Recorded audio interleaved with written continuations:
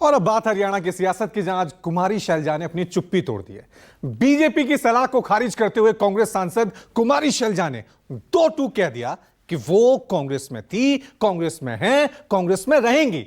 शैलजा के इस बयान के साथ ही उन सभी अटकलों पर विराम लग गया कि वो कांग्रेस से नाराज हैं और पार्टी भी छोड़ सकती हैं। बीजेपी के मंसूबे पर पानी फेरते हुए शैलजा ने 26 सितंबर से पंजे के प्रचार का ऐलान भी कर दिया।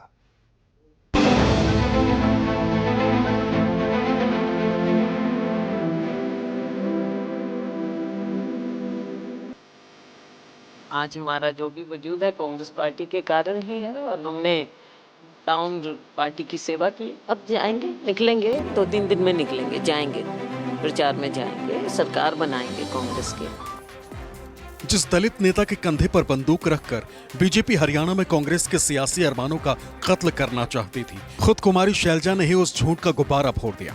कांग्रेस के लिए प्रचार करने का ऐलान कर कुमारी शैलजा ने बीजेपी के अरमानों पर ही पानी फेर दिया।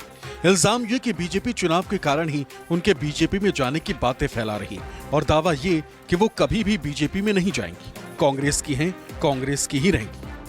हाँ, क्योंकि चुनाव है ना, इसलिए दिख रहा है, वरना कांग्रेसी के लिए भाजपा का सॉफ्ट कॉर्नर कैसे हो सकता है। तो इस चीज को हम, कोई मतलब नहीं है इन बातों का। कांग्रेस है, बीजेपी है।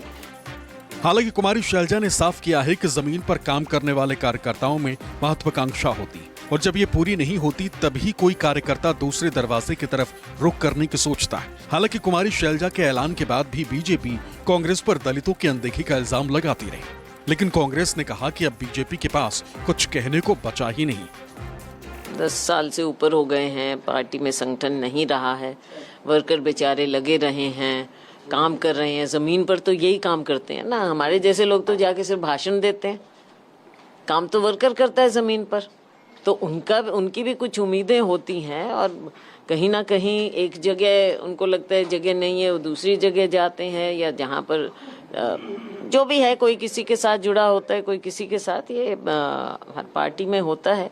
तो उनको कुछ बातें उनको भी फील हुई हैं, पर सबका हम सब यही कहते हैं कि हम सब कांग्रेस के हैं और कांग्रेस के लिए ही काम करेंगे। और हमेशा से दलित नेताओं का अपमान करने का काम कांग्रेस पार्टी ने किया, चाहे डॉक्टर अशोक तंवर हो, चाहे बहन कुमारी शैलजा हो, सबका अपमान कांग्रेस ने किया है।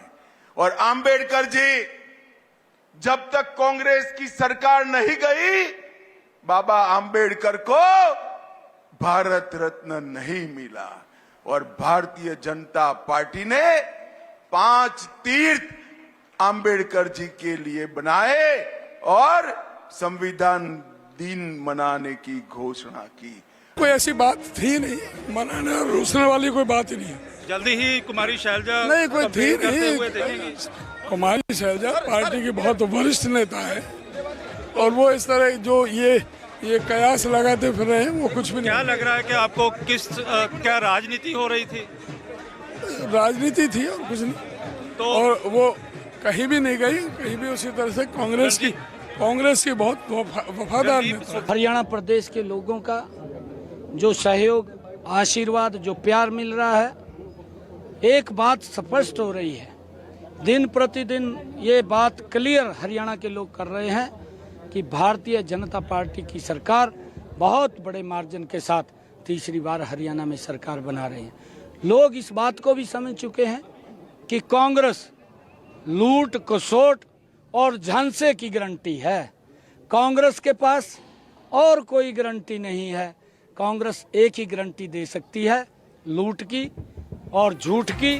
कुमारी शैलजा के बयान से कांग्रेस बल्लियां उछलने लगी। शैलजा के बीजेपी में आने के बाद जो रही बीजेपी पर कांग्रेस हमलावर हो उठी।